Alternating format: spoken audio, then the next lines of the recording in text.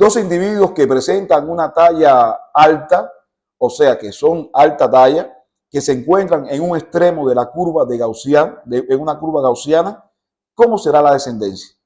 ¿Serán más altos que los padres? ¿Serán más altos que la media poblacional? ¿Serán menos altos que los padres?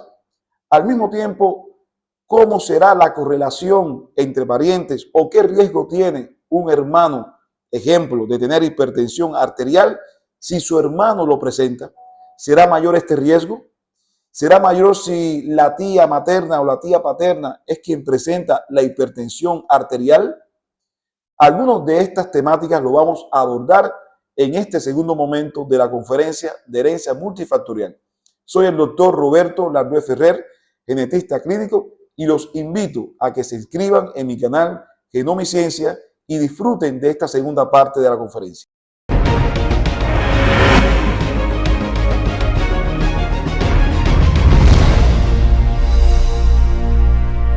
Bienvenidos al canal Genoma y Ciencia, la naturaleza de lo que somos, con su anfitrión, el doctor en ciencias, Roberto Lardue Ferrer. Características de los rasgos de variación continua. Vamos a poner de ejemplo el tema de la inteligencia como un rasgo de variación continua. Aquí vamos a encontrar, ejemplo, el número de individuos que presentan un genotipo y aquí el porciento de lo que presentan cada uno de ellos. Si ustedes hacen un estudio poblacional determinando la inteligencia de las personas, los extremos de ese gráfico, que son estos y estos, que son los extremos pero desviantes, porque se desvían de la norma, de la norma, pero eso lo dieron en estadística, ¿verdad? Mu más menos sigma es el 68%. Mu más menos 2 sigma, el 95%, ¿se acuerdan? Mu más menos 3 sigma, el 99%, que es el área bajo la curva. Bien, todo lo que esté fuera de ese 95%, que es mu más menos 3 sigma, representa el 99%. Mu más menos 2 sigma representa el 95%. Y mu más menos sigma representa el 68%. Si yo tengo la media poblacional y tengo la desviación estándar poblacional, yo puedo decir qué por ciento de mis estudiantes están en el 68% de probabilidad de en una población el 95%, el 99%. ¿Está claro eso? Ejemplos de mis desaprobados, etc. Cualquiera que sea esas tres formas, en los extremos voy a encontrar individuos homocigóticos, ya sea dominantes u homocigóticos recesivos. Casi siempre la homocigosidad determina las cualidades máximas o mínimas. Aquí están las personas muy inteligentes o retrasados mentales. Muy inteligentes o retraso mental. Y la mayoría de nosotros estamos en una media. Aquí están los genios y aquí están los retrasos mentales profundos, en los extremos. Y nosotros estamos en la media, que la media puede ser en un 68%, en un 95%, en un 99%, dependiendo de qué, de la desviación estándar. Si es una, si es dos o si son tres desviaciones estándar. Si aquí en vez de la inteligencia estamos hablando de la talla, aquí tenemos ejemplo la baja talla como la acondroplasia. Y aquí tenemos el Marfan. ¿Ven? Se supone, por supuesto, que el Marfan sea homocigótico dominante y la acondroplasia sea homocigótico recesivo. Y nosotros estamos en esta porción media de la curva gaussiana. ¿Me hago entender? Muy bien. Ahora, vamos a ver cuáles son las características de los rasgos con variación continua, como es el caso de la talla, la tensión arterial, el coeficiente de inteligencia, el índice de refracción, conteo de crestas digitales, que siguen una curva gaussiana como tal. Fíjense, lo primero es la curva gaussiana, que es característico de estos trastornos. En primer lugar, que son variables que se distribuyen normalmente. La nota de ustedes, yo le hice un test de Kolmogorov y Smirnov, que es un test que me permite hallar si la muestra se distribuye normalmente o no. Y no se distribuyó normalmente. Así que pasó algo ahí. Cuando no pasa nada, tanto por parte del estudiante como por parte del profesor, las notas tienen que ser notas adecuadas con una distribución normal. Tiene que haber 5, aunque sea 1 o 2 estudiantes. Tiene que haber 2, pero no quizás 10, sino 3 o 4 estudiantes. Y la mayoría tiene que sacar 3 y 4. La mayoría de los estudiantes tienen que sacar 4 y sacar 3. Para que la variable nota, calificación en genética, tenga una distribución normal. Por lo tanto, una característica de estos trastornos poligénicos es la distribución normal. Distribución normal que sigue una curva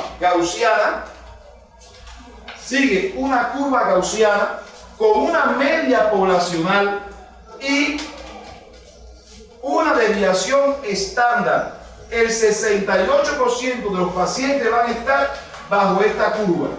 Si es más o menos 2 sigma, estará el 95% de los pacientes. Y si es más o menos 3 sigma, estará el 3% de los pacientes. Pero eso es lo que se llama distribución de Gauss, distribución gaussiana. Y hay otro aspecto que se llama ley de regresión a la media. ¿En qué consiste la ley de regresión a la media? Lo van a entender muy fácil cuando se los explique. Supongamos con la inteligencia. La inteligencia sigue una curva gaussiana. ¿Bien? ¿Qué sucede? Si una persona muy inteligente se casa, la persona inteligente lo vamos a poner aquí, ¿verdad? En este extremo, ¿no es así?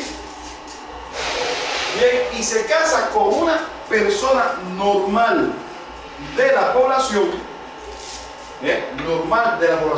o menos desviado en esa curva gaussiana, los hijos serán menos inteligentes que uno de los padres y más inteligente que el otro. Estará a mitad de camino de esa curva. Es como si el coeficiente de inteligencia hubiese regresado a la media. La persona inteligente tiene una predisposición genética hacia la homocigosidad de los genes, ya sean dominantes o recesivos. Y la persona que es menos inteligente se acerca un poco a la media. ¿Está claro? Y por lo tanto van a ser heterocigóticos. Van a ser inteligentes, pero no tanto como esta persona. Por lo tanto, una persona que se case muy inteligente y se case con una persona que su inteligencia esté próxima a la media, va a ser menos inteligente que los padres, pero más inteligente que la media de la población. Por lo tanto, el coeficiente de inteligencia promedio estará a mitad de camino entre la inteligencia media poblacional y la inteligencia media parental. Eso se llama ley de regresión a la media. Vamos a ver ejemplo, la talla. Vamos a ver la talla. La talla también sigue una curva de Gauss. Mi pregunta es, Jesús, ¿cuántos hermanos son ustedes? 3 hermanos. ¿Tú eres el más alto? ¿O todos son altos? Tú eres el más alto. ¿Y tus padres son altos? Los dos son altos. Están por encima de lo que es la media. Es decir, supongamos entonces que esta es la media poblacional de la talla y tus padres pueden estar aquí.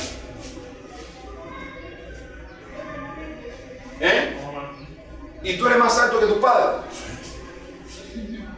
¿Cuál es la talla de tus padres? ¿De tu papá? De mi papá, más o menos 1,80 y pico. Porque fíjense, la media de la población es 1,60 más o menos, teniendo en cuenta hembras y todo, ¿verdad? Y tu padre es 1,80 y algo. 1,80 y algo. Sí, 1,85. Yo soy 1,82, más alto que yo. sí, más o menos usted. ¿Y tu mamá? Mi mamá 1,70. Mira aquí, 1,70 y tantos. Estaría aquí. Y vamos a sacar como promedio 1,70 entre 1,85 que tú estés aquí. Ejemplo, que estén aquí la media de tus padres. Esa es la media de los padres tuyos. Y esta es la media poblacional. ¿Cuánto tú mides?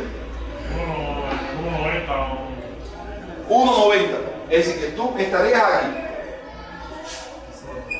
1,90. Pregunto, ¿tú practicaste deporte? Ah, ¿qué tipo de deporte? Pelota y arte marcial. Y artes marciales. ¿Por qué pregunto esto? Porque ¿qué dice la ley de regresión a la media? Que cuando dos padres altos se casan, sus hijos son menos altos que los padres y más altos que la media poblacional. Esa es la ley de regresión a la media. ¿Y qué pasó aquí? De que el ambiente modificó esa ley, la ley de regresión a la media. Si él no hubiese practicado deporte, no hubiese tenido nada ambiental, hubiese sido por la predisposición genética que se encuentra en el DNA. La ley de regresión a la media para estas variables cuantitativas continuas con variación continua plantea que cuando dos padres que se encuentran en el extremo, en este caso padres altos, se casan, sus hijos son menos altos que los padres, pero más altos que la media. Por lo tanto, sus hijos son menos altos que los padres, pero más altos que la media. Es decir, es una talla que está a mitad de camino entre la media poblacional y la media parental. ¿Qué pasa con Jesús? Que la talla está por encima de la media poblacional, por encima de la media parental, porque actuó un factor ambiental. Coeficiente de inteligencia. Dos padres muy inteligentes, genios. Sus hijos no son genios como los padres. Son inteligentes, pero no son genios. No sé si ustedes se han dado cuenta de esto en el campo de la medicina.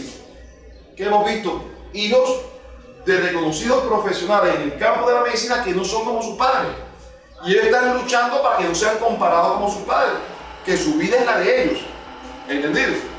Cada persona es un ente diferente. Y casi siempre los hijos de los profesionales de la salud no son tan inteligentes como sus padres.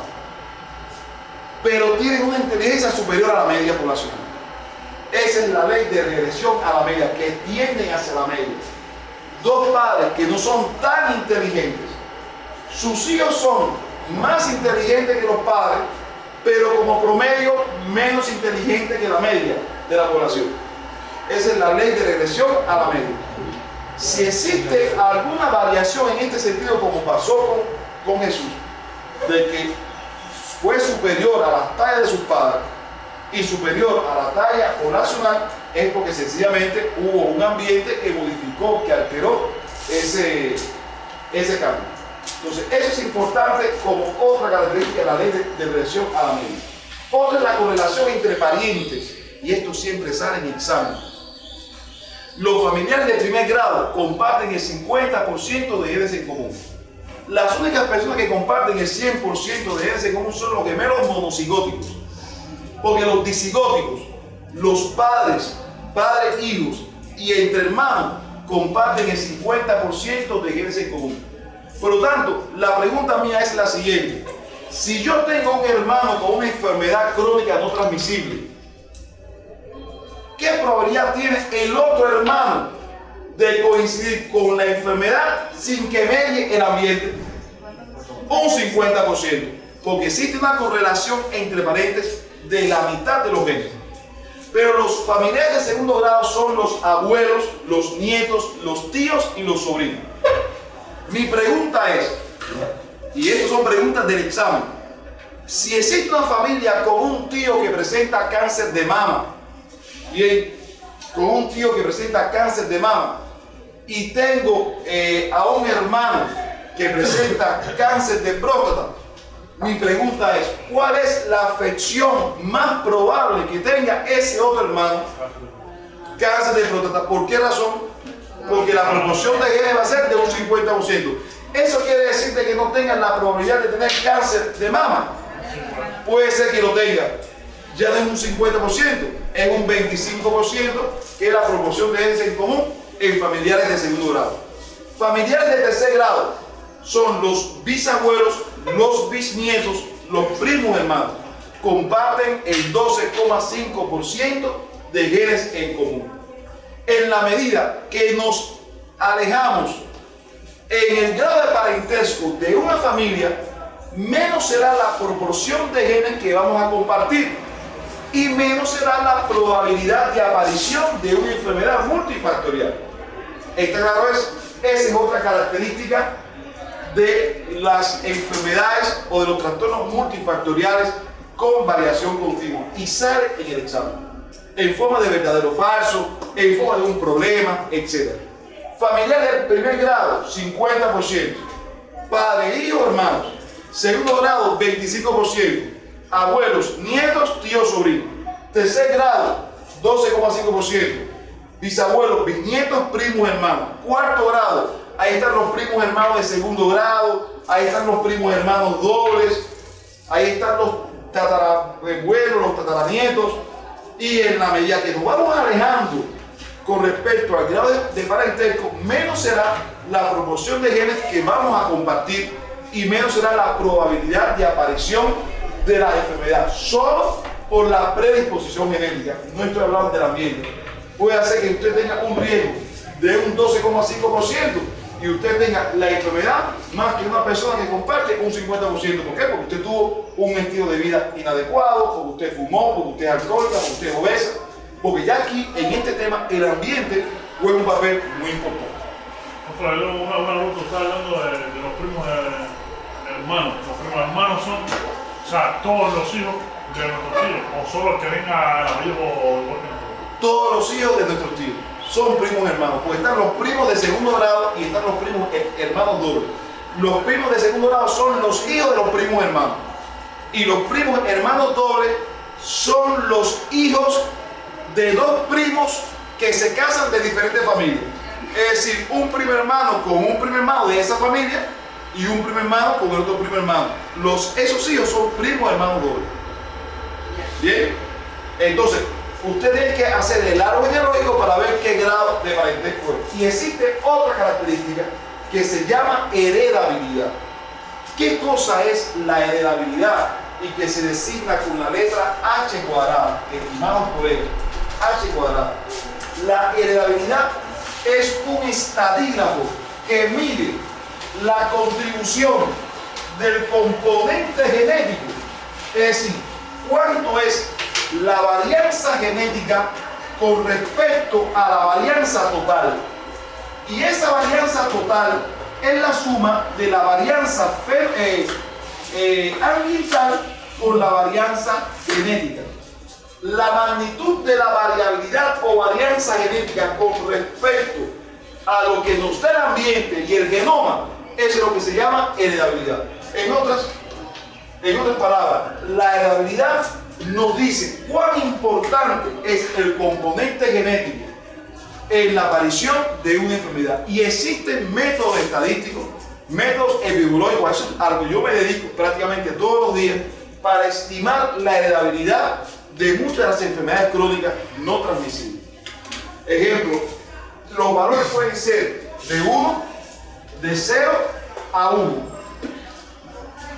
Una enfermedad con heredabilidad de 1 es componente genético 100%.